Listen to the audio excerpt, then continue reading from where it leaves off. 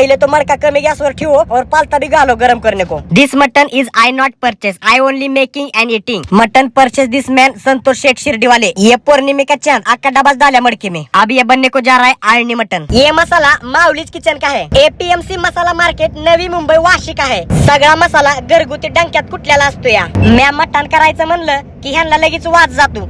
कसा जातो काय माहिती, पुण्याहून आलंय मटण खाया। प्रत्येक वेळेस शिजलंय का बघू करत निम मटण संपवत हेच कसं। ये माऊलीज किचन का कांदा लसूण मसाला है, 3 चमचे देव फेंक के।